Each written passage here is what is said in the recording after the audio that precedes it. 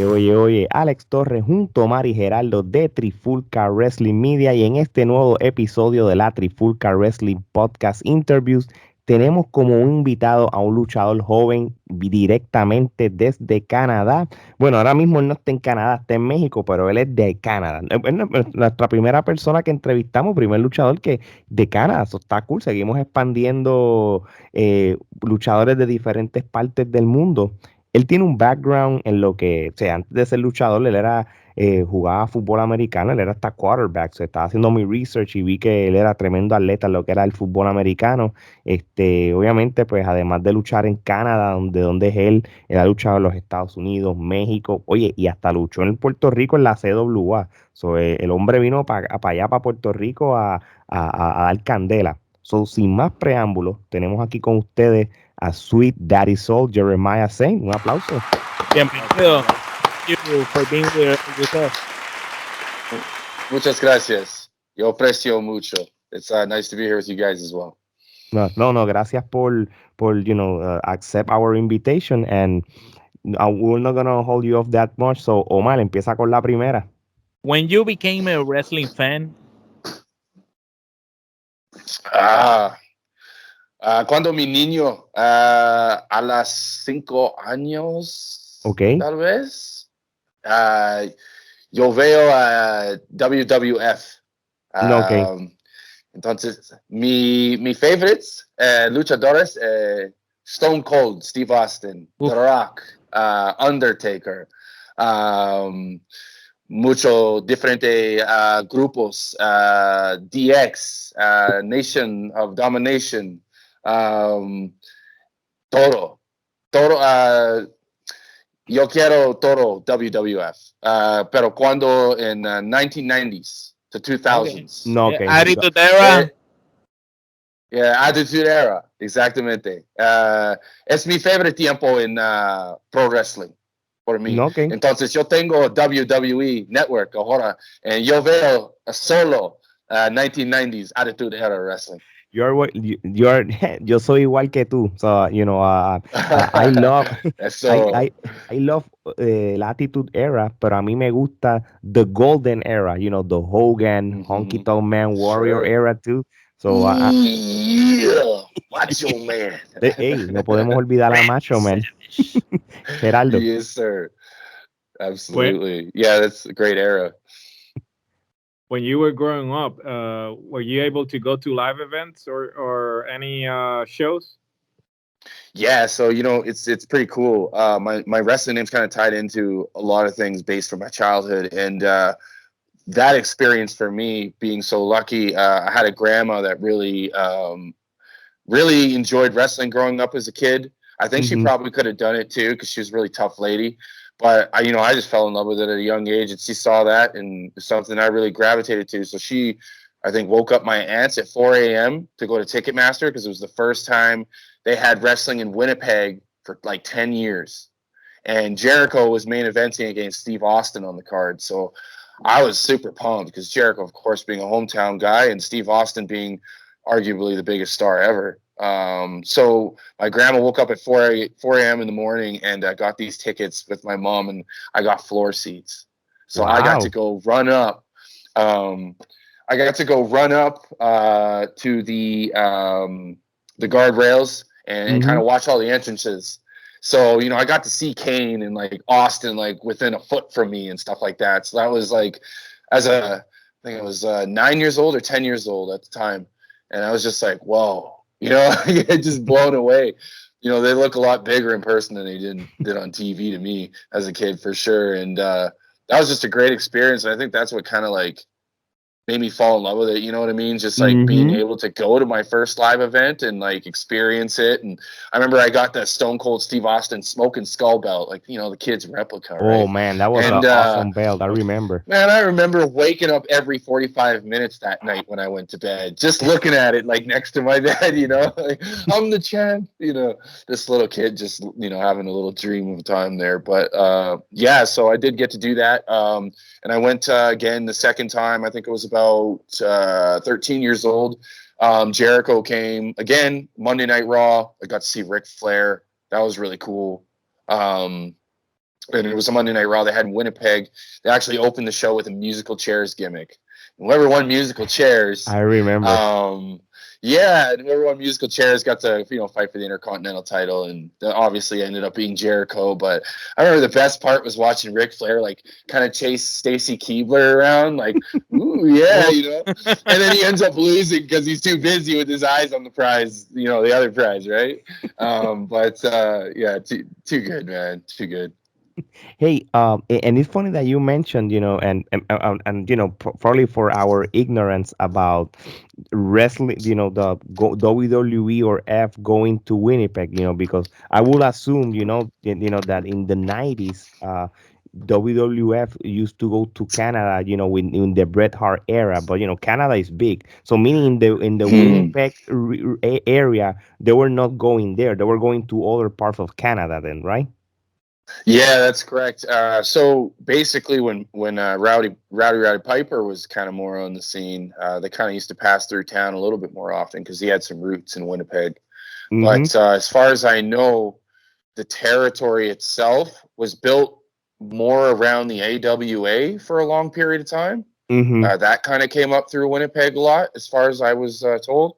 And when it came to the WWF, they spent a lot of time in Alberta. The Hart family, that's kind of how they ended up selling Stampede Wrestling. And Vince kind of came through and was like, hey, well, and that's how Brett, stopped wrestling for Stampede. Stampede kind of went, its other direction for a little while, and, kind of brought up talents like Owen and Benoit later on, right? Mm-hmm.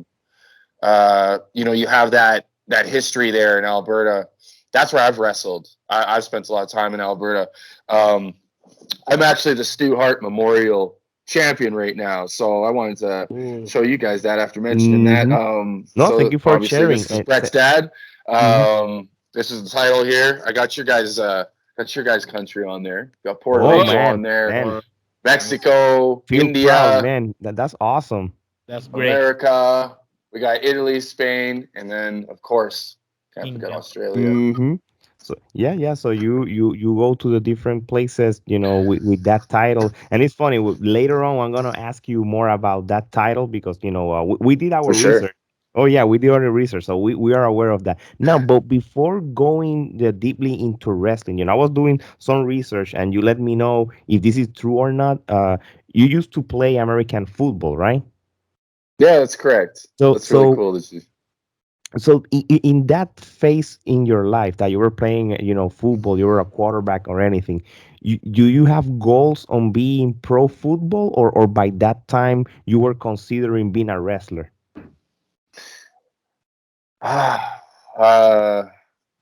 Cuando mi niño, yo quiero wrestling, todo. Okay. Pero no escuelas por entrenar en mi ciudad, Winnipeg. Muy poco, muy poco. Personas tengas conexiones por las empresas. Okay. Entonces, por mí, me gusta atléticos. Entonces, yo tengo primos and play football, Canadiense football. Entonces, me gusta football mucho. Igual, just today I watch, yo veo National Football League. All the games. I watch everything. I love it. What's your favorite NFL team?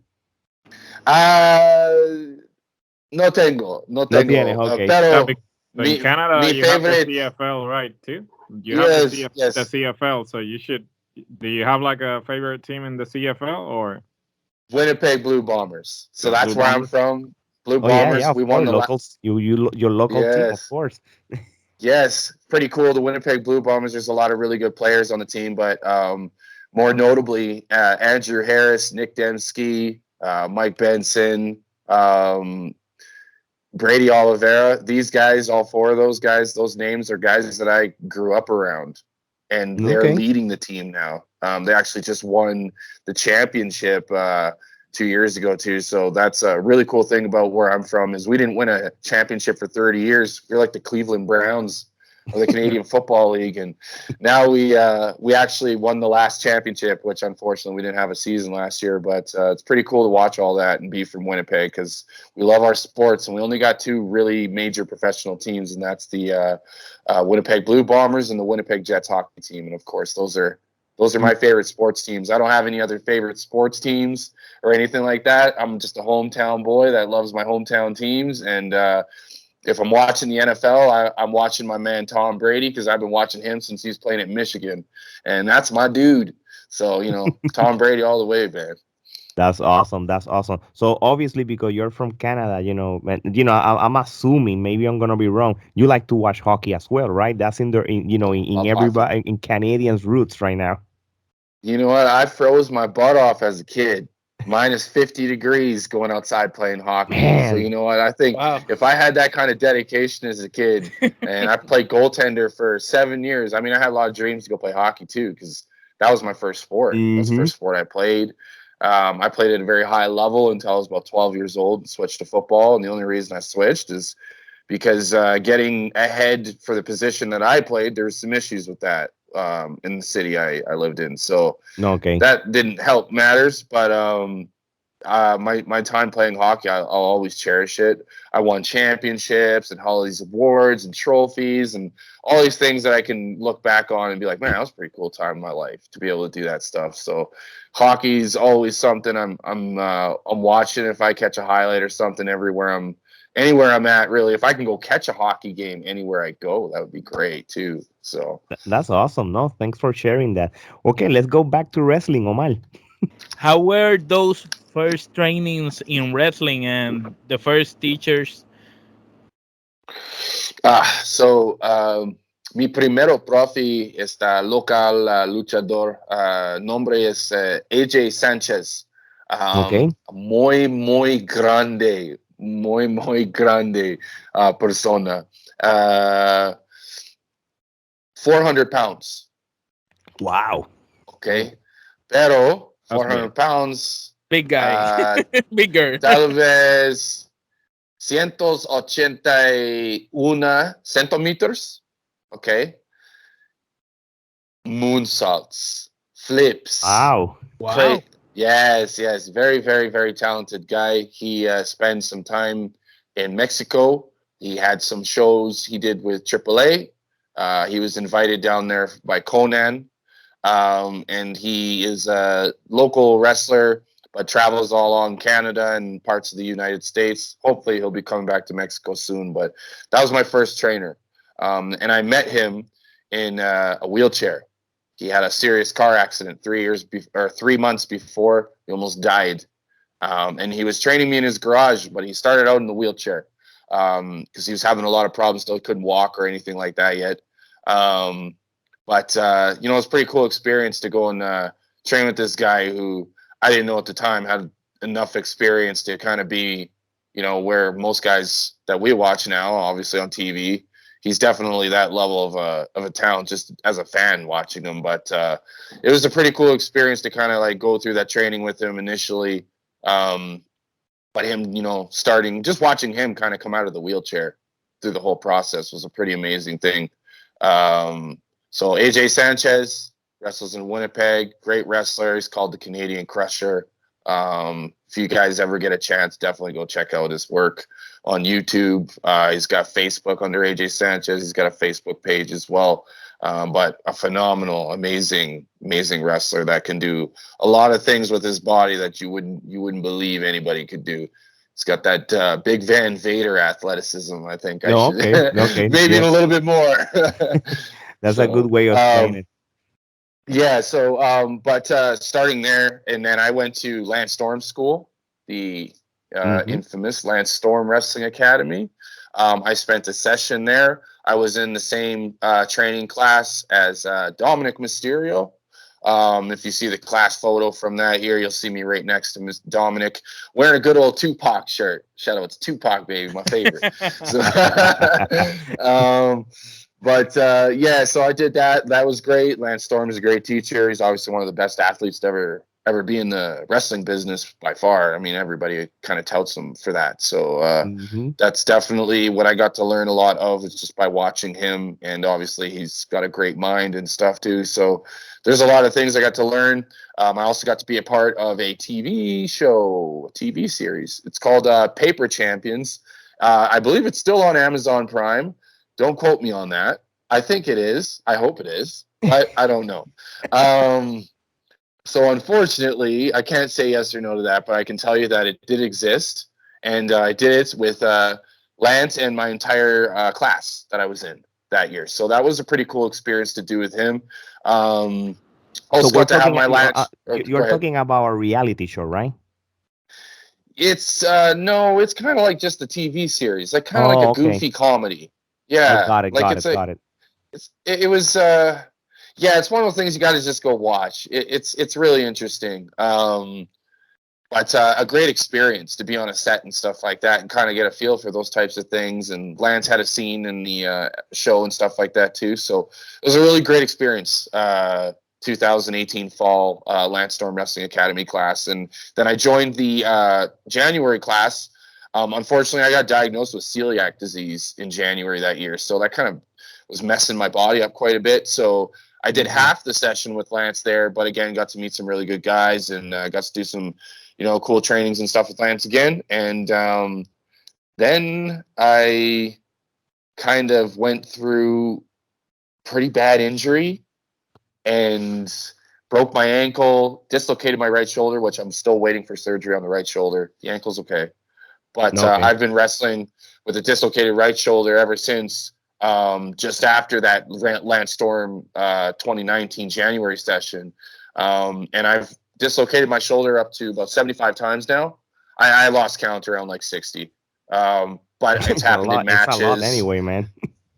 It's happened in matches and stuff like that too. But I don't want to give up. So anybody who does listen to this, I just want you to know, like, don't ever give up, man. No matter how much things hurt or if they're popping out, like, just keep going, because I'm a testament to somebody that's just kept going, and I'm still doing it, and I'm coming to the end of the road where I need the surgery for sure now. But like, it's happened so many times in matches and in training and all that stuff, and it would force you to want to stop, make you want to stop. And I've just been like, you know what, I'm not doing that. And if I didn't do that, I wouldn't have come down here to Mexico City, where I am now, where I train consistently with guys like Ricky Marvin, Bandito, Skyday, going even a little bit deeper now into my time in IWRG, where I'm training now and doing shows, as you guys may know about, with Black Terry, amazing trainer, and people like Negro Navarro and stuff like that I've had time to be around. And that's kind of where my training is now. And it's ongoing training. That's the way lucha works. That's the way Mexican tradition of being a luchador works. And I'm all for that, man. I'm all for that.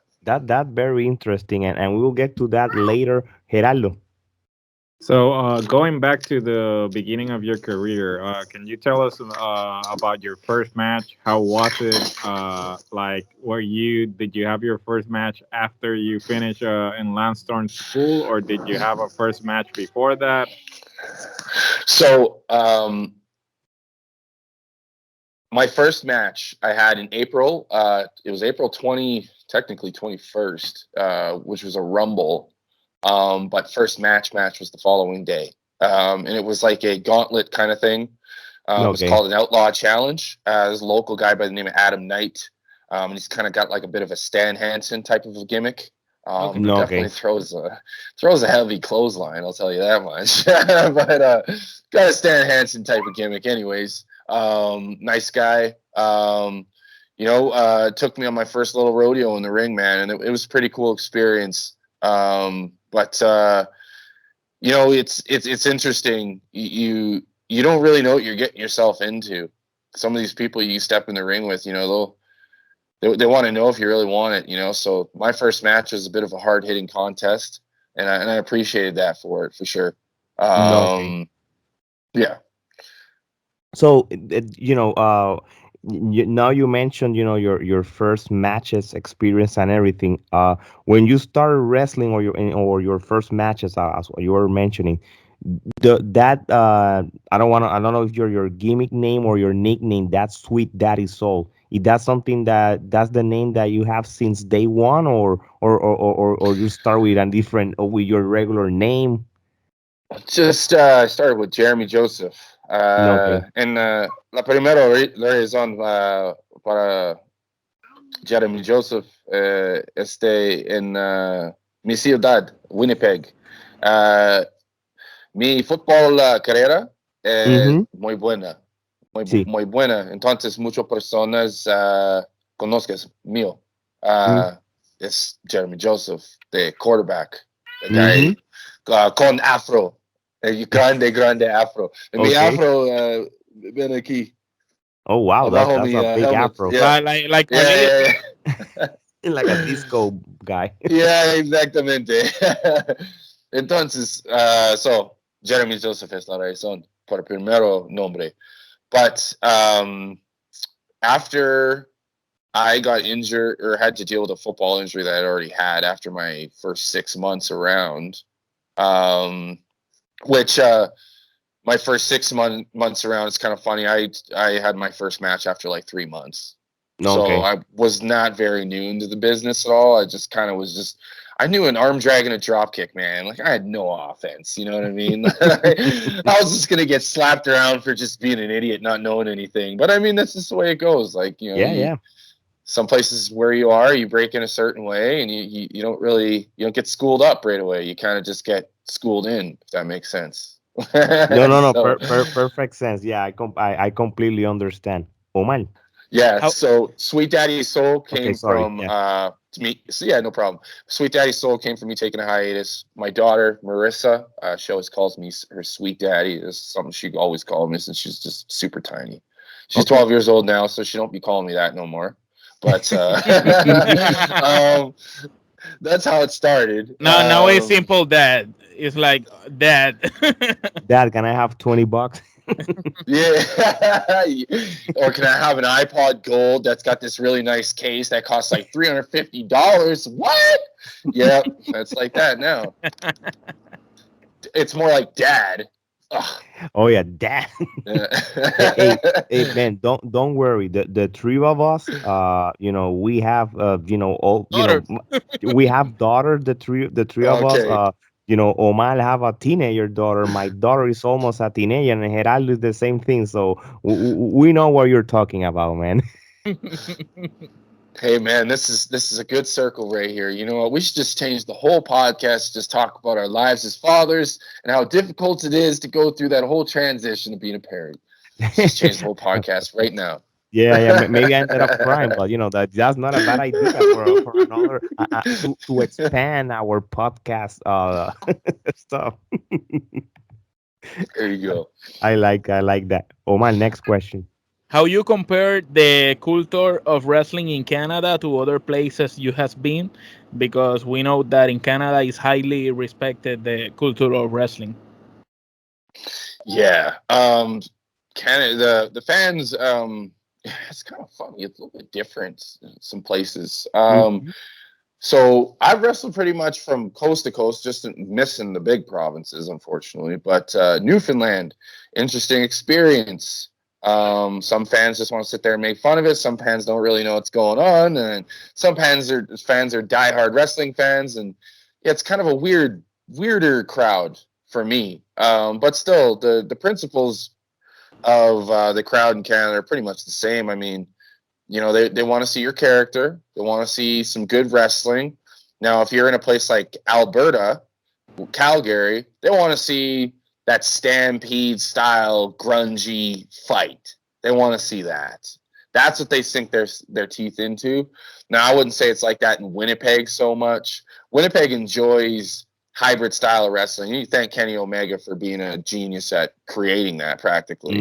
Because what he's doing right now, I don't think anybody's doing. No. It's different. I've had the type. Yeah, I've had the pleasure of meeting Kenny. I've actually refed one of his matches, and I can tell you just by getting to be in the ring that one time, I did not forget a damn thing that I saw. Like, it was just, whoa. Like, I've never seen anybody like that in wrestling so far yet. Like, that's just could go. Like, they don't get tired.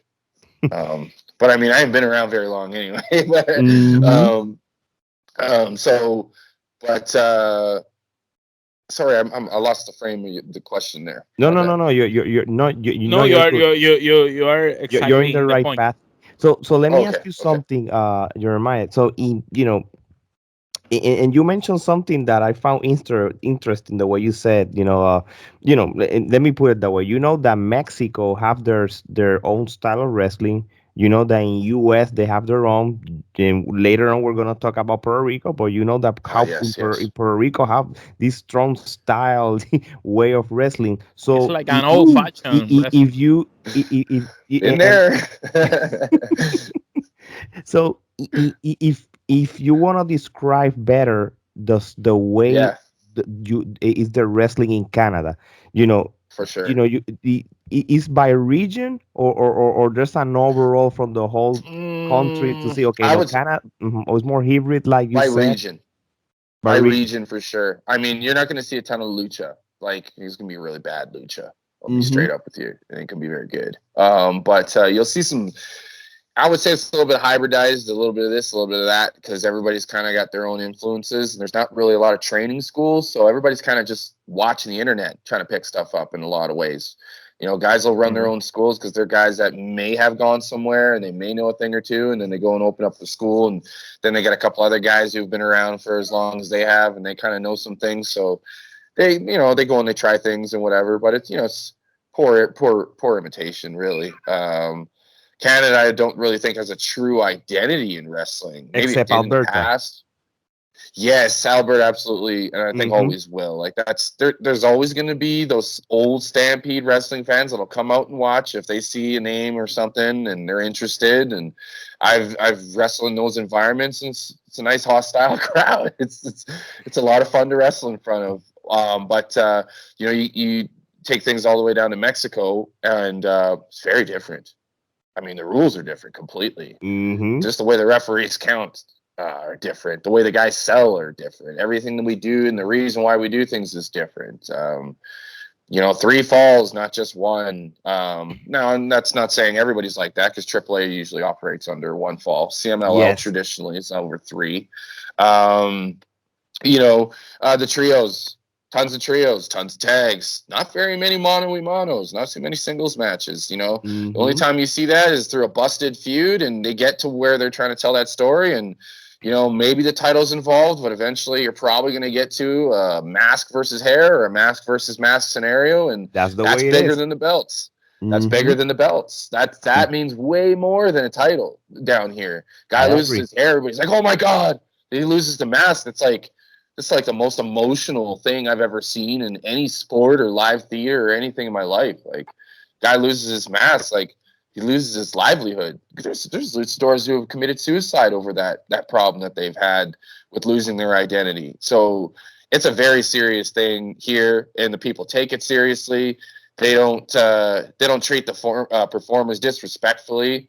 They might talk mess to you during the match and all that, but after they're right there taking a photo with you. They respect and love the sport. I look at lucha libre like Canadians would look at hockey. Like that is Oof. their baby. Yeah, yeah. Like that is Listen. Mexican tradition. If you come to Mexico and you're a tourist and you go and do all these things in Mexico, and get drunk and wasted on the little resort that you're on and go on these little extravagant little tours. Some guys probably, tired of listening to you talk English all damn day and just get the hell out of my face because I know I've talked to my buddies who've done it. But most tourists come here and they get belligerent. They don't even get to see what Mexico really is all about. Mm-hmm. And if I was going to tell somebody what Mexico or Mexicans are really all about, I would grab them by the hand and I would take them to Arena Mexico or a Coliseo or some really vivid environment like Lopez Mateos. And it's like, this is Mexico. This is what it's all about. This is here. the This is spirit of passion. Mexico. Yeah, Exactly. it's more like a This is the religion over there. soul of this is the soul of Mexican people. This is how they express themselves. And they'll dress up as Halloween characters. They might not even be a luchador their entire life, but I guarantee you they probably know some moves. I guarantee you they learned something, and they could probably go in there and do stuff better than 90% of the Canadian wrestlers I know. That's the fans. Mm-hmm. That's facts. Okay, okay. Gerardo. Puerto Rico. Yes. This is going to be really short, unfortunately, and I'm going to blame the pandemic for that, because my experience of wrestling in Puerto Rico is unfortunately just under a streamed environment with no crowd, so that was kind of hard to do. But I had fun with it anyway. We still had people watching. It's just it's just a crew. But I will say this: the talent in Puerto Rico is definitely more of a hybrid American indie style with a lot of Japanese flavor into it, to me. And I would say the Japanese flavor because they like to hit hard, they like to hit snug, and I appreciate that. So it's more, I would say, Japanese with that a little bit of that American indie in there, because there's some guys like Justin Dynamite and El Cuervo. Love that guy's gimmick, man. He's Cuervo is star. a star, and his story is incredible. What an incredible story he has. And the tradition of the Colones and Sabio Vega and all the stuff, like you can feel that when you're around some of these wrestlers. Like they're very prideful of Puerto Rican wrestling tradition. And I got to meet some of the ladies wrestlers I wrestled with, Roxy. She's Roxy really, really is like the top girl in woman wrestler in Puerto Rico. At least for the she's past really year. good. She's She's very, very, very good. And yeah, she She do a along lot with of Raven stuff. Marie, top 2 right yeah, now. And Roxy is like a hardcore girl. yeah. And stay tuned, because she just came back. But I'd be remiss if I didn't mention my best friend's wife, Vanilla Vargas, is back on the scene, fellas. So I stay know, I tuned know. for some more Yeah, Vanilla, baby. But my best friend, Australian Suicide, is the reason actually why I ended up coming out to Puerto Rico. So That was shout my out to next Australian question. How you Suicide, ended up over there? AAA. But that's thanks to him. Somebody I talk to all the time. When I say best friend, I mean that literally. I'll do anything for that guy, man. That's cool. That's good to That's a know. solid dude. But he's over there right now raising his little girl with Vanilla, and they're doing a great job as parents. I'm very happy for them. But watch out for both of them on the scene, because Ozzy's going to be out there for a bit. You guys best believe that. So you're going to be seeing him flying around all over Puerto Rico now, is what I'm hearing. Yeah. Right now, by the time these podcast or interview will be available. Now that you're mentioning, both Manila or the Australian Suicide, both of them are gonna be part of the new Latin American wrestling entertainment as well. You've seen it on in the social media and everything. So that they're part of that big expansion to make that roster bigger. bigger. And Yes, absolutely. yeah, we have the chance. Manila just won the women's championship in CWA. Actually, she won the women's championship In CWA, yeah, he's right. CWA. Yeah. So she's Nice. good. Yeah, we have the opportunity of interview her back in 2020 when the She was pandemic in thing. Mexico. Yeah, she was in Mexico by that time, and, Yes. and I remember clearly that it was this. You remember that WrestleMania that was without crowd. They was inside the performance center. Yes. It was that Yes. Saturday. I remember after we finished recording, we said to her, "Hey, well, nice meeting you, and we're gonna hang out because we want to watch WrestleMania." And she said, "Oh, I didn't remember there was WrestleMania today, but it was a nice, Yeah. nice interview." So people that are listening to this podcast, you want to go back to 2020, you can definitely listen to Vanilla Vargas' interview. She mentioned so many interesting stuff about the business of wrestling as a woman, a point of view. So fully, Oh fully, yeah, I can fully imagine. recommended. Gerardo. Yeah, so at the beginning of the interview, you mentioned that you are currently the Stu Hart Memorial Champion. How does it feel winning that championship? A championship that pays homage to basically one of the Canadian legends and probably world legend, because he's known all over the world as one of the best and obviously one of the patriarchs of the Hart dynasty. So, how does it feel to have that championship currently? Well, it's obviously a tremendous honor to wear a belt with Stu Hart's face on Mm-hmm. it.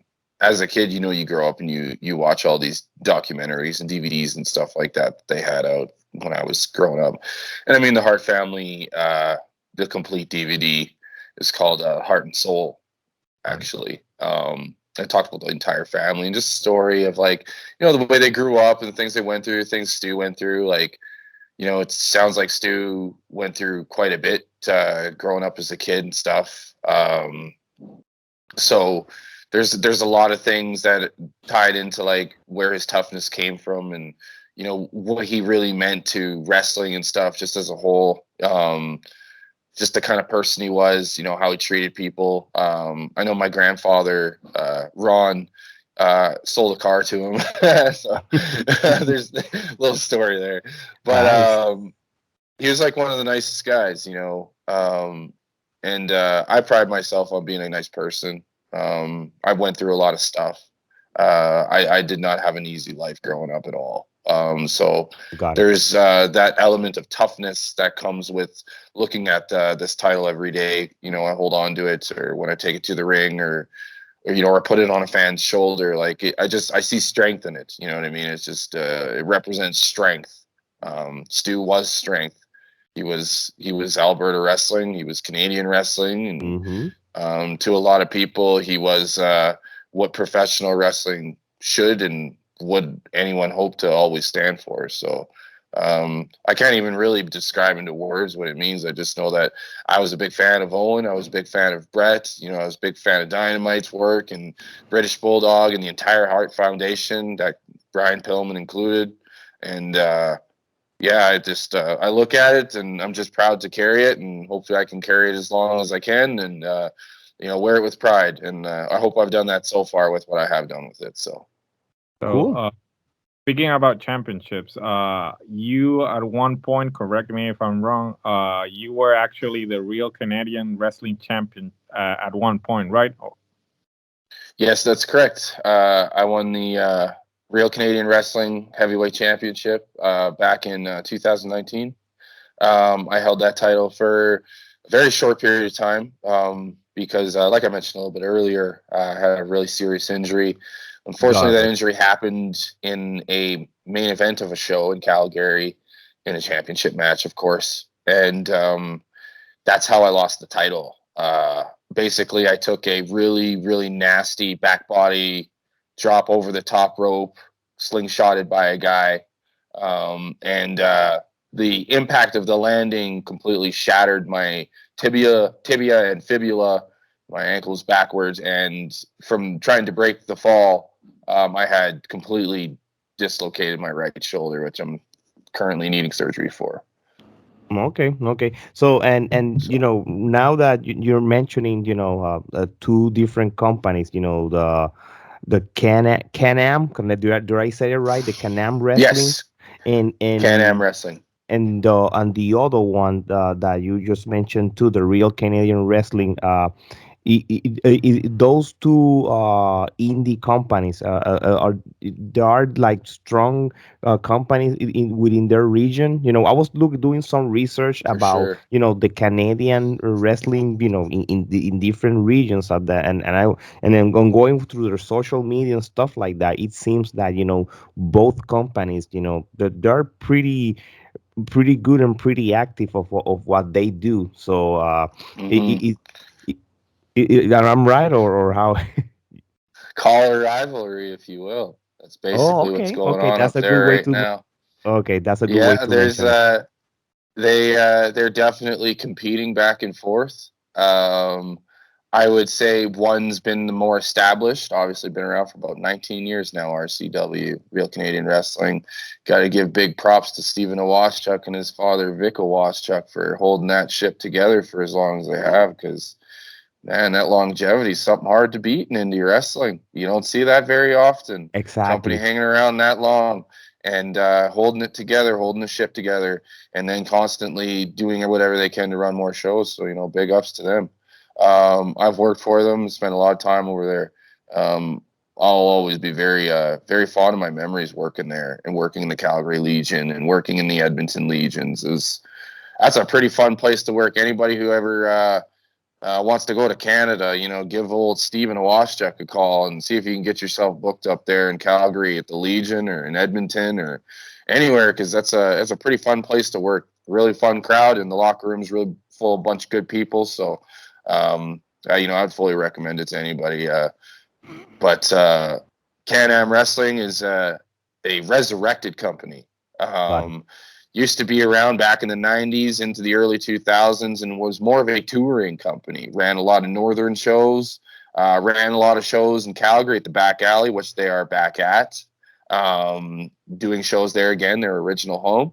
And they do those every other Wednesday night, right after AEW airs. And so that's what's going on with them. And they're going to be running a lot more, I guess, bigger shows and stuff up north and things like that. So, but they do have the rivalry, I guess, now in Calgary with RCW.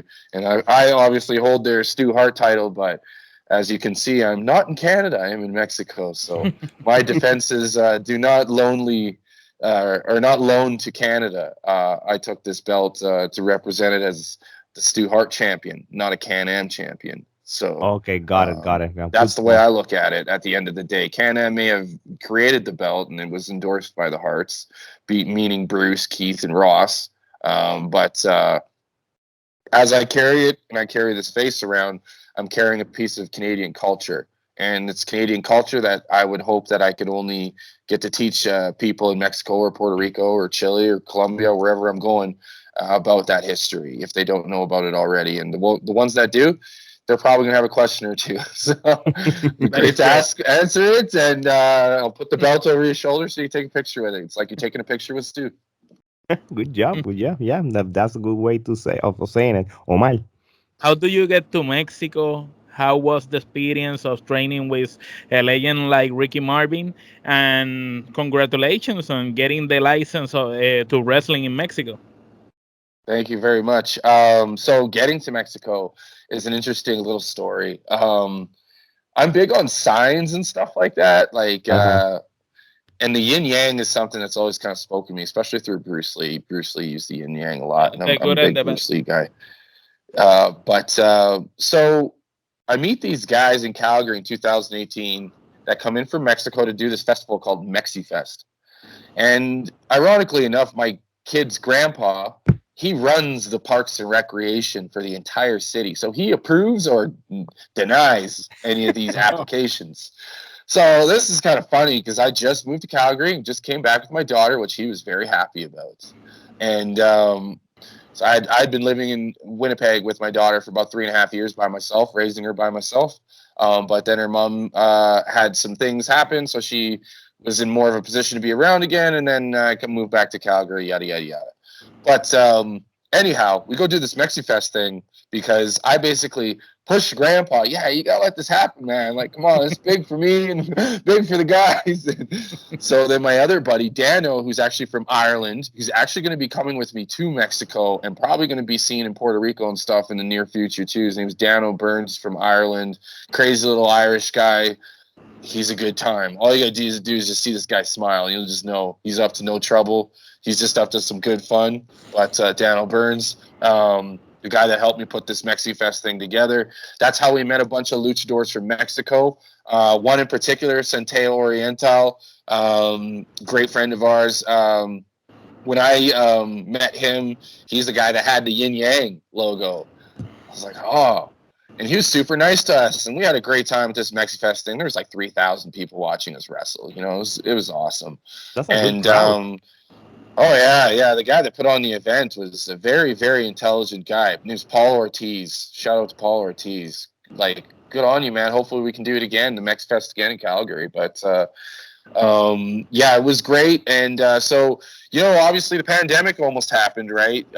For me, kind of thing. I just took off to Mexico in March of 2020 before anything really went down. The only thing that did happen, the day that I left is the day that the NBA season canceled.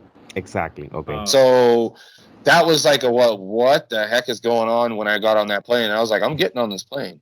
Nobody's going to stop me from getting on this plane. I'm getting on this plane. I'm going to train in Mexico. This ain't stopping, you know? And man, I was there for like 3 months before I really met anybody to go and train. I just learned and embraced the culture, got to know the city and stuff like that. But what took me down there was like really my own like wishful thinking. Like, I can do this. It was not like Centea was going to help me do all this stuff and get me set up and do all these things. No, that's not how it works, And so I just did whatever I had to do and push things forward and, lived where I needed to live and eat what I needed to eat and, met who I needed to meet, whatever it was. And then finally I found a gym. And one of the first people that I actually got to meet that helped me find a gym, obviously, Australian Suicide, became one of my best friends. He didn't actually show me the gym, but he introduced me to somebody that sold me some, some stuff to just help with aches and pains. We'll just say that much. And, everyone loves Canada and then all the green things that are happening up there. So I'll just leave it at that. There you go. No, so basically through this person, I met a legend, or a son of a legend, but I call him a legend because he's a legend to me at this point. That's Viano Tercero Jr. Oh, yeah. And great friend of mine. Love that guy. Love him to pieces, man. Such a great friend. Very proud of what he's been accomplishing and everything that he's been doing. Shout out to Viano Tercero Jr. Follow him on Facebook and social media, Instagram. But so I met him and he introduced me to Star Gym, Mickland Gym. That's literally where I met everybody. I met Bandito. I met Ricky Marvin. I met Skyday. I met Argenis. I met Psycho Clown. I met Pirata Morgan. Pagano, Vampiro, Bandito, Flamita. All these guys, like these guys are just amazing. Like, you just watch them, you're just like, I'm not that. Yeah, I'm nowhere near their level. No, you just gaze. Coming from Canada, where you think, oh yeah, I got some decent training with Lance Storm. Woo! Yeah, I don't know about that, buddy. You come down here and it's just like a whole different world. Everybody knows all these different javes and holds and different transitions, and they can fly like. You can do all kinds of different flies and dives. The cardio in Mexico is a top level cardio. Exactly, top level. Like, you got to be able to hang, and if you can't hang, like, sayonara. Like, you just won't belong. They won't accept you. You know what I mean? You got to be accepted too. You got to earn your respect here and stuff like that. But yeah, it's pretty amazing the way I kind of came in and broke in here, and all the people I've met and where I'm at now. Like, wow, it's just kind of mind-boggling to me now. Man, I don't, you have to be considered lucky to have, in your past years of being as a wrestler. First, you got trained, with Lance, right?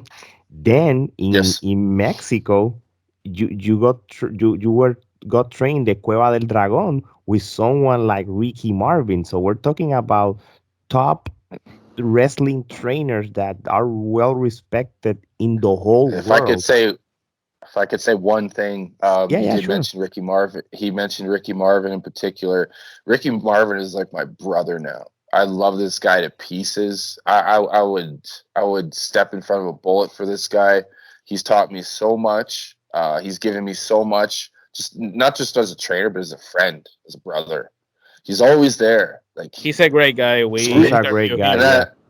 He's a great guy, man, and an amazing wrestler. And he's a legend. He was in pro wrestling Noah. He's a legend. And if I can, in his pick. I would. I have to do this because this is something. Anybody that's trained with Ricky here in Mexico, even the 9 Canadians that I brought here in August, in September, and we invaded all through Mexico City, by the way. You guys, we could talk about that at another question, or if you want to ask me about that after. But everyone's got a Ricky Marvin story, and Ricky Marvin's got lots of stories. But I don't think Ricky realizes, like, when he's gone one day, like, how many stories are going to be left over about him because of how much he brings out so much, like, positive energy in everybody, the way that he is, and a lot of fun. And Ricky is well, he talks like this, and if you don't know what you're doing, I'm gonna kick your ass. And he always says this thing. We got this guy in class, his name's Manroop, and everybody loves Manroop, but he always yells at Manroop, and he always yells, Manroop, what are you doing? How many times I have to tell you this? How long you taking my class? They look like shit, brother. Afterwards, he's just like, he'll come give you a hug, like, bro, I was just kidding. I care about you, but that was shit. Dude, face, man. Ricky's the man. That's all I'm gonna say. I just did a show with him last Sunday. He fought a guy from New Zealand, and it was a main event of his show or whatever. And yeah, man, just watching Ricky's just a blast. And I got to be on his show, so that was a tremendous honor for me. And big shout out to Ricky Marvin, man. Follow him, Instagram, Twitter, TikTok. Definitely follow his TikTok. He's got all his highlights on there from Noah, man. You should see the stuff he's doing. There's still nobody doing what he was doing in Noah. Like, Ricky's on another level, man. In Pro Wrestling Noah, he took Kenta to another level. Oh, yes, he sure did. Ricky was definitely the star of that match. Oh, my Lord. I've watched that so many times. I agree. We have the opportunity of interviewing him as well, and we like the interview. At the beginning he was very serious, and in a way it seems like a little bit intimidating. But as the time start passing, he loosened up a little bit more, and he ended up making joke stuff like that. So he was a great interview, and we have respect for him and a lot of knowledge we get from him. Mm-hmm. So an encyclopedia of wrestling, basically. Exactly. So you mentioned something, Gerardo have a question now, but now that you mention it, talk to me about what you were talking about. You bring some Canadians to Mexico like an invasion. What was that about? Yeah, so basically August 1st, we had our first Canadian arrive here, Miles DeVille. Miles above, if I'm doing this correctly. Follow him on Instagram, Facebook, Twitter. Miles Above earned the nickname Heel del Sam Adonis for looking like Sam Adonis, but he's a high flyer. So he came down here as the first guy to come down here. He really turned a lot of heads, and currently and still, and they came as well. Giant Orion, guy from Edmonton, Alberta, shoot fighting champion, knocked out Dan Severn for the King of the Cage Championship in Canada. He's here with me right now. He's a 6'9" giant, and built at 7 feet. But big man, can cause a lot of trouble. Looks like a badass. Lil Blay from Nova Scotia. Basically got a Takashi 6'9" type gimmick, rapper gimmick. There's a guy by the name of Sydney Steele from PPW in Canada. He's been a local wrestler, Canadian independent wrestler for about 9 years now. Great worker, a little bit more of the old school Stampede style of a worker. Liza Hall from Vancouver. She's a second generation wrestler, very good wrestler. Her sister's also a wrestler. So she came down here. She did really well as well. Then we had a couple new guys that were just like new students, so they weren't a part of these shows that we ended up doing, but a guy by the name of Jeremy Bokesh and Daniel Fesselhigh came down here too, and we had another guy by the name of Eli Surge that was here too from Vancouver, and I don't think I'm missing anybody. Hopefully not. Jeez, myself. But so August, lots of training. Sky Day, Ricky Marvin. We went to train with a guy named Sadiko, Negro Navarro. All over the place. I basically, with everything that I learned, everything that I got to connect with, and all the connections I made, I connected a bunch of Canadians with all these people. So they came down to my place here in Mexico City. I got an Airbnb with my girlfriend's partner, and basically we had everybody come down here, and I got them set up with all the trainings. Got them hooked up with all the phones, all the little quirky little things you got to know about living in Mexico City, because there's a lot of them actually. But so I got everybody set up, and then a lot of the promoters and the gyms and stuff we went to and things like that, the arenas to train, everybody was pretty happy with the way we were as performers. Obviously, these people knew me already, but me vouching for some of these people, that ended up working out really well. So we wrestled pretty much everywhere. Me and a couple of guys went to Veracruz. Everybody got a shot at Arena Mama Luchas. We main evented Nakalpan as Team Canada. We main evented kind of like a CMLL type show for Ray Bucanero, where we did that as Team Canada. We main evented Arena Azteca Budokan like 3 times now as Team Canada. Did a AAA, kind of like a AAA spotlight show with Octagon Jr., Bismo Negro, Lady Shawnee, La Hydra. Did main event to the show, or sorry, semi-main evented that.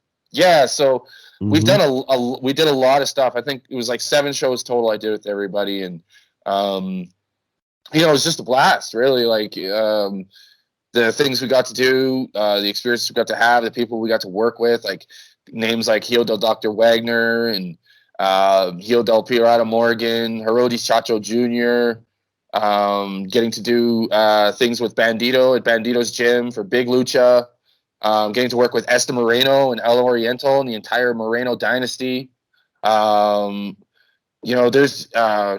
like the list just goes on and on and on and on of like all these amazing people who've been involved in everything. And people like Esther Moreno, who kind of took us under her wing as like her little Canadian kids. We call her our Lucha Mama at this point now. Like that's who she is to us. So just getting to debut and do things in like IWRG, like that's a big deal. I've realized that not a lot of really great luchadors here ever main event that building. That's kind of reserved for like top spots. You know what I mean? And we've been lucky enough to be a part of that, even after all the Canadians have left, and there's only 3 of us left here. Me, being here for a year and a half now, but Nakalpan and Lopez Mateos, and getting to do stuff at Cocalco, such a cool little venue, and there's a lot of big things coming up now too. So that whole Canadian trip, Canadian invasion, doing the interviews with people like Mas Lucha, Estrellas del Ring, and all these big news outlets, like it was a pretty cool experience. It's the first time there was ever a Canadian invasion, Team Canada invasion. So I can say that I led a Team Canada invasion in Mexico in my wrestling career. So I'm really proud of that. That's great. Awesome. That's awesome. Thank you for sharing that, Gerardo. Yeah. You were recently in Vegas for Future Stars of Wrestling. How was that experience? Yeah, it's awesome. Before I went to Mexico last year to start everything that we just talked about, I got to go stop in Vegas, and I got to meet Sin Bodhi and a bunch of the crew at Future Stars of Wrestling. Big shout out to Sin Bodhi. What an amazing trainer. That's the main reason why I was in Vegas. I knew I wasn't going to be there on a show day, although I wish I was. But I literally went there to go train with Sin Bodhi. Like that's just legitimately the reason. Vegas is cool, but like I didn't party. I walked the strip at was it like 9 a.m. like the day I was leaving? I was there for 24 hours. 24 hours, I kid you not. I get off my airplane. I go to a store. I go to my hotel. Had some trouble checking in. It was a belligerent dink at the hotel desk. I apologized after. I was like, man, your card's not working. I went back like 3 times to the desk, and they're just like million-mile lineup. I'm like, this is horrible. Never stayed on the strip. So if nobody knows anything about staying on the strip, have some patience because you're gonna be waiting in line, brother. But anyway. I go to my hotel, get my stuff in there, lay down for like 5 minutes, go find some like gluten-free food, eat it. Then I give my shout to my buddy Ricky Tenacious, great wrestler out of Las Vegas. Amazing gimmick, does like a Vegas singer type gimmick. You gotta watch this guy; he's unreal. Ricky Tenacious. So I gave him a shout because I had met him the time before, and Sin had us had like a tryout match together, and it was great. I loved working with this guy. And no hesitations, he responds right away. Yeah, bro, I'll come pick you up right away. No problem, man. Meet me at the front door. I'm like, oh shit, thanks, Ricky. So we go to training, and Sin's there, and we do the training. There's another guy I got to meet that was pretty cool named Brett the Threat. He's pretty new on the scene out there, but really good wrestler, really good look. Got to train with Sin, man. It was just awesome. Got 2 hours in there with Sin, and then Chris Bay rolled in just after, former X Division Impact champion. Yes. And he gave us some advice, and it was really nice to hear that, and to hear some things from him. And Ricky took me back to my hotel and woke up next morning, walk strip 9 a.m., got back to my hotel, grabbed my bags, went to the airport, went to Calgary, and got off the plane in Calgary, went straight to the venue, got dressed, wrestled, second match of the night, defended my belt. Woke up the next day, trained with a guy that was local drove in like 14 hours. We trained with him a little bit. The next day, wrestled again, Friday night, defend my title. Wrestled the next night, defended my title.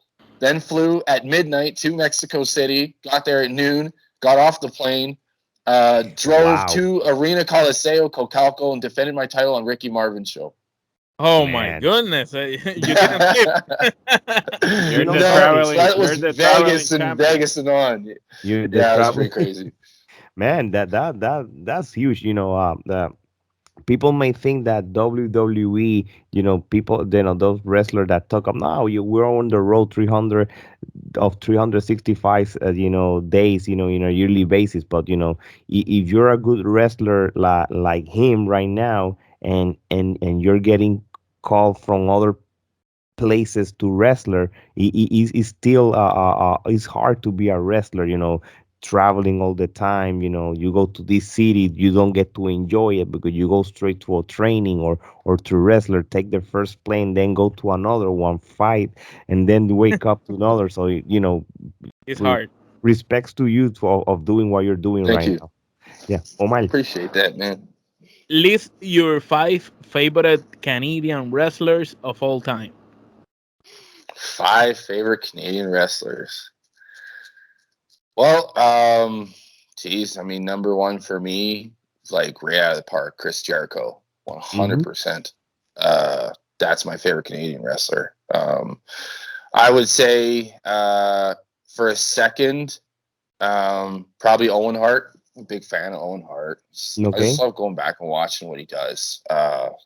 Just so smooth and so charismatic. It's just like, how's this guy not the champion for like 10 years? Like, this guy's just so good at everything. He has everything. But yeah, probably Bret Hart in the 3rd slot, probably Piper in the 4th. And I would say probably Mentolo would be my 5th. I really enjoy watching Mentolo stuff, and he's the only black wrestler that I have to like kind of look up to, and as like a style that I would like kind of want to be a little bit more like. If you guys are not familiar with Mentolo, he's wrestled in Japan. He's had matches with Jushin Thunder Liger.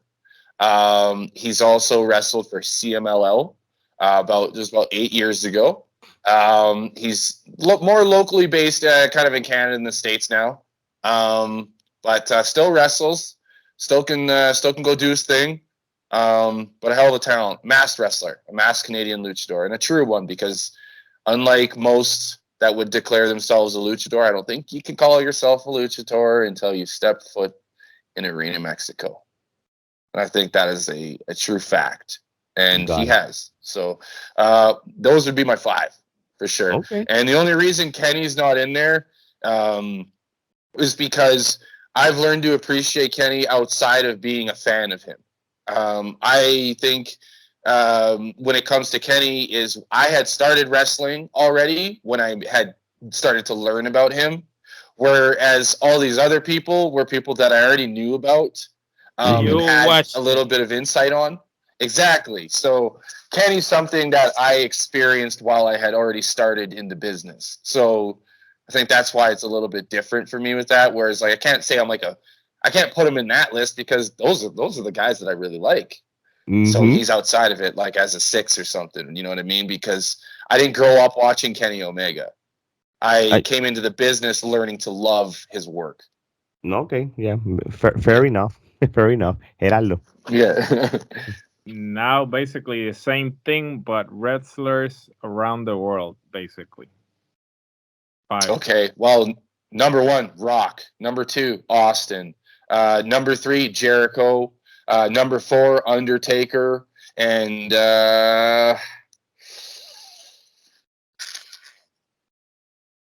number 5 was the hardest one. it's tough, but like, damn, I gotta throw my papa in there, Sweet Daddy Siki. Okay. Ooh, Okay. that's great. That I like Yeah, that list. I like that list. Now, and I know that little by little you were getting more of these things. But do you have dream matches that you want to accomplish right now? You can right mention more now, than one if you want to. yeah, man. If there's one I could really do right now, I swear up and down, this is the only one that like I would think about because I think I would learn so much from it and just be like, I just admire him so much, and I didn't put him on the list either of the five because of, again, there's just like it's a like I got into the business and learned about him. Human Tornado. Okay, Oh, so that's your Yeah, dream match right now. Got it. that would be my dream match right now. It'd be Human Tornado because I'm on the Indies and I know that I could probably have that match with him. It could probably happen. Like I could even try to make it happen. But I just feel like I'd learn so much from him and his style, and I know that my style is very much a few hints of his medicine or his sauce, if I will. Okay, okay, cool. Geraldo. We're gonna go to a section of the podcast in which I ask you. Basically, I tell you names, and you tell me the first thing that comes to mind. It can either be a word or a phrase.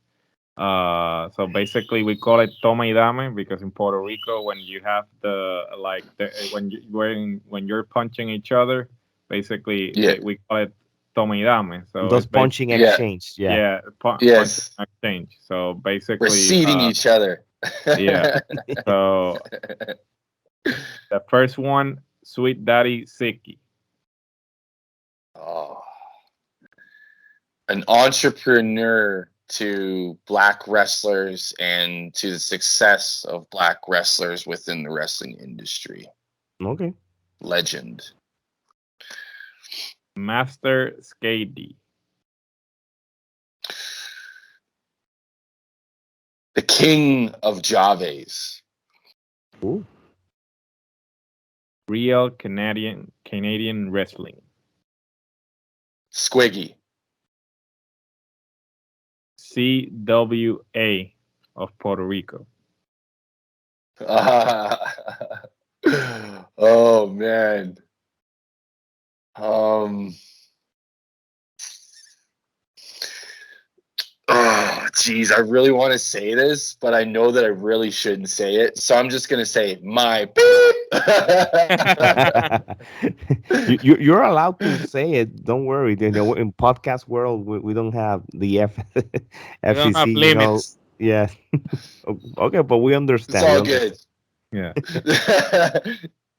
Yeah. Dimes of Puerto Rico. Ah, man.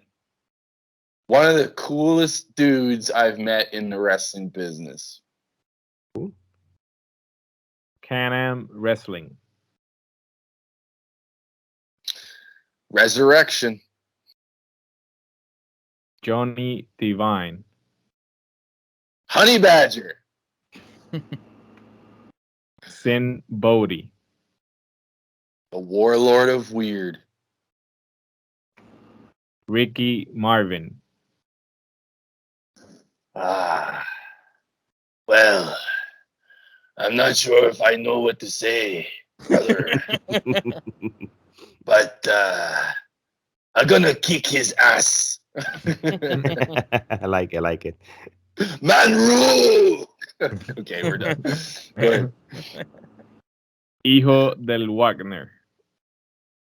Ah, Hugh Del Wagner.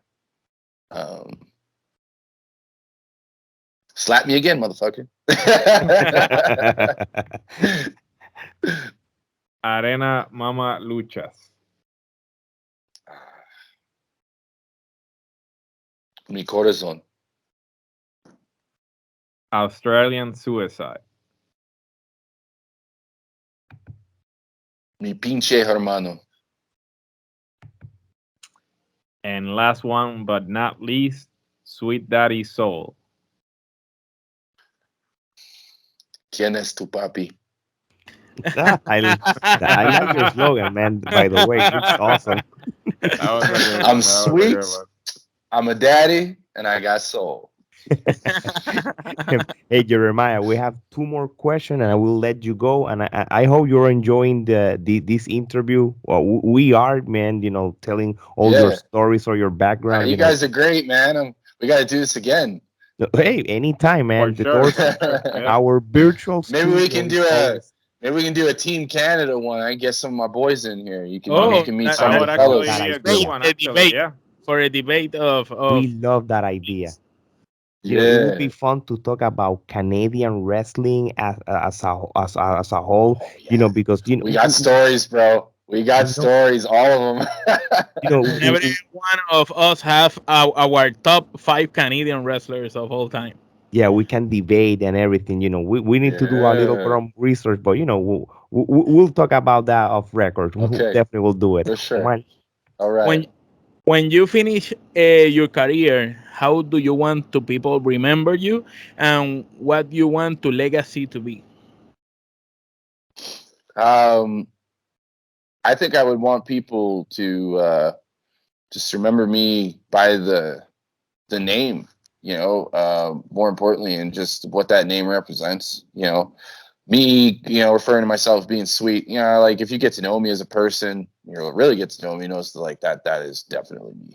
Um, I will give the shirt off my back for people. Sometimes I'm too generous, too nice, but I'm willing to die by that sword.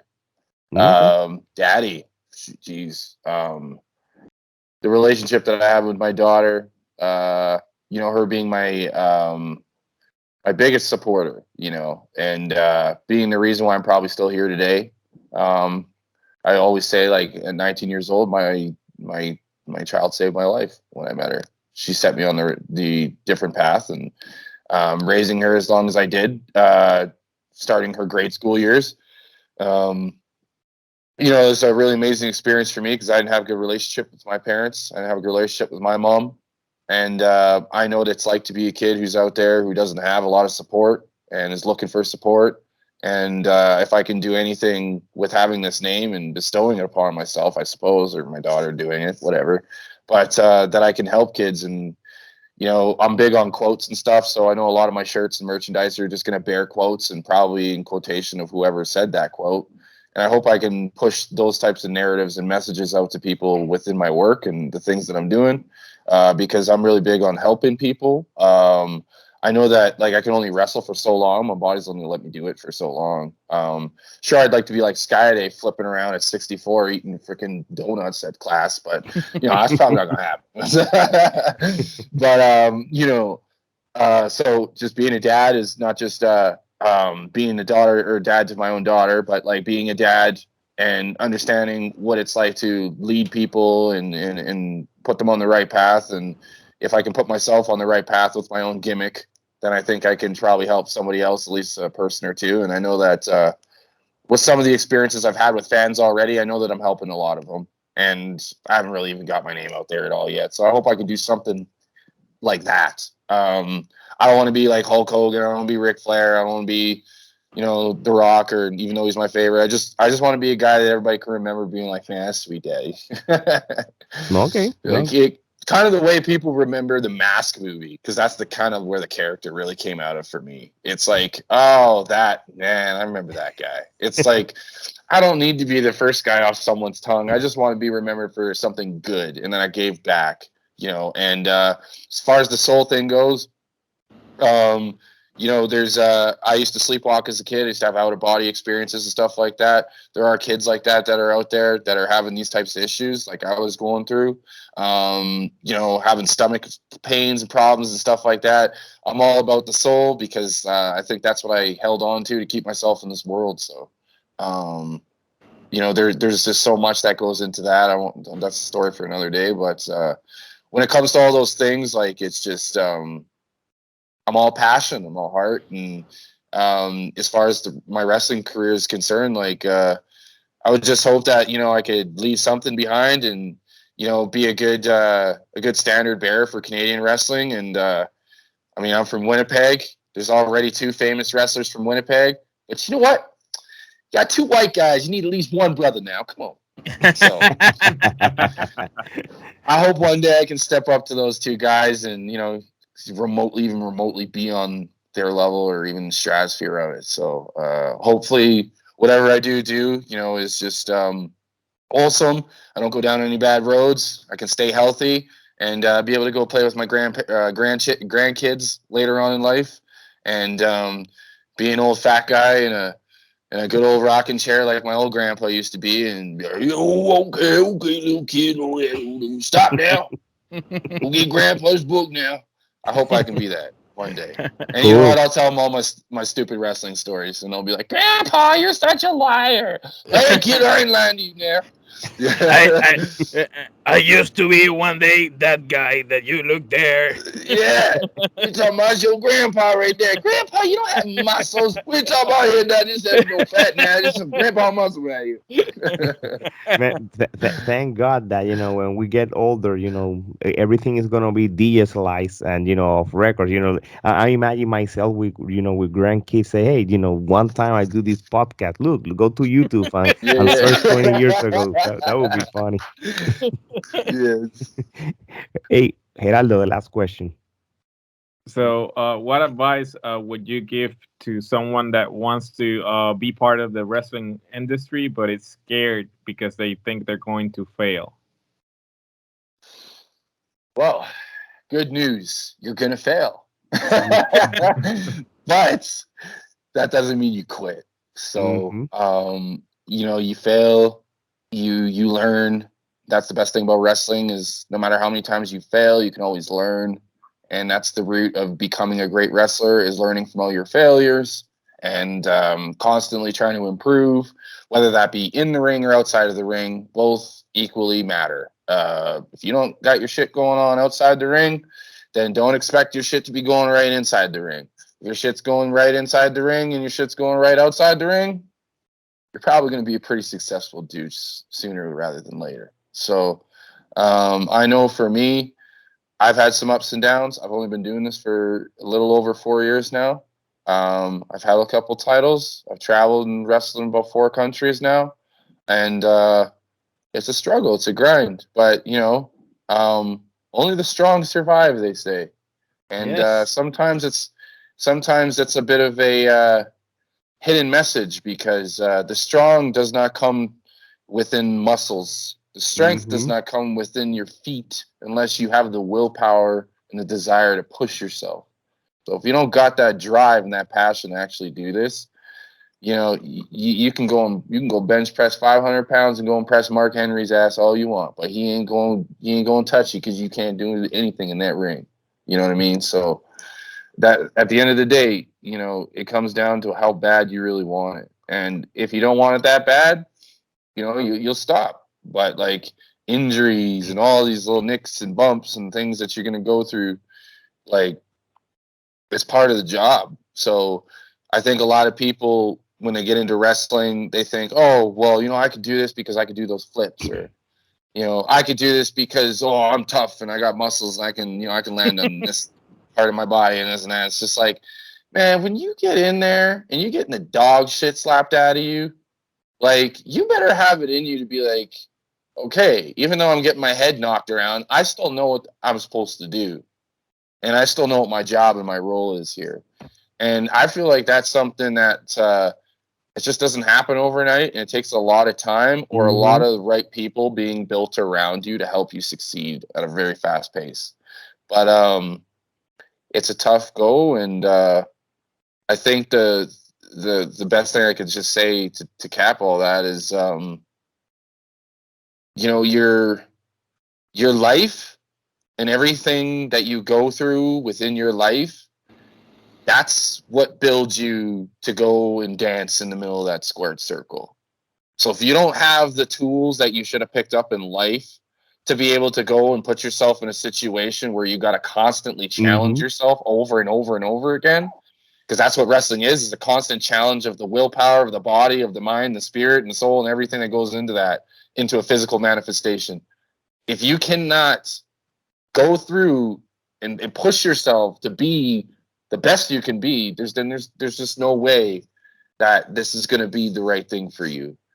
People bitch, they complain, they go through things, they go through problems, they go through ups and downs, they go through injuries. Do they quit? That's the question. Do you have it or don't you? That's it. Good point. Good point. That I like the way you explain that, and a good way of closing this podcast as well.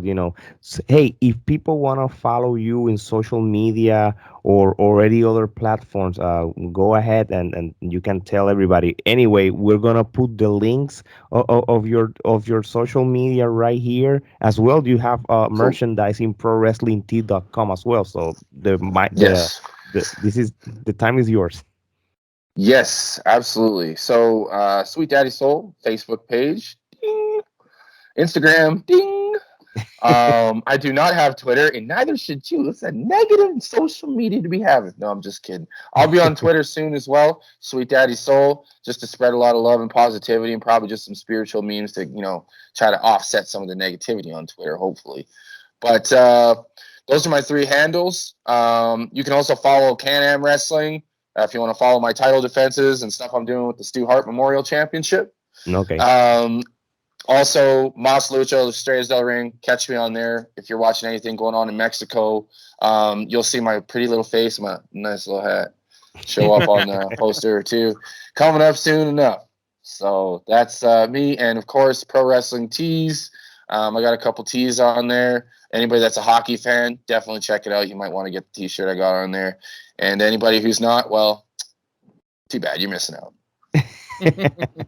Oh man. Hey, Jeremiah, thank you again for taking your time, to tell your story. We love it, we have fun and like you said, you owe us that second interview or second podcast and we can bring your Canadian partners and we can debate and talk more about wrestling, especially the culture of Canadian wrestling. So we can do that Yeah. very soon. So I appreciate it, your time, man. Yeah, man. Muchas gracias, amigos, para todo. And yo quiero para una más podcast contigo, con todos, pero con mis hermanos, mis amigos de Canadá. Pero yo aprecio mucho. Thank you very much, guys. Yeah, no Thank you. time. And people, please follow us on the Trifulca Media, Twitter, Instagram, Facebook, and even TikTok. Go to our YouTube channel, Trifulca Media. Hit, the alert when you subscribe, for future episode like this one. We have, the majority of our podcasts in Spanish. We have of some few in English, like Miranda Morales interviews that we did with her. But hopefully we're gonna start, interviewing more talents in English like we did today, and it's gonna be so fun. So hey, de parte de Gerardo, Omar, Jeremiah, and Alex, this is it. Hasta la próxima.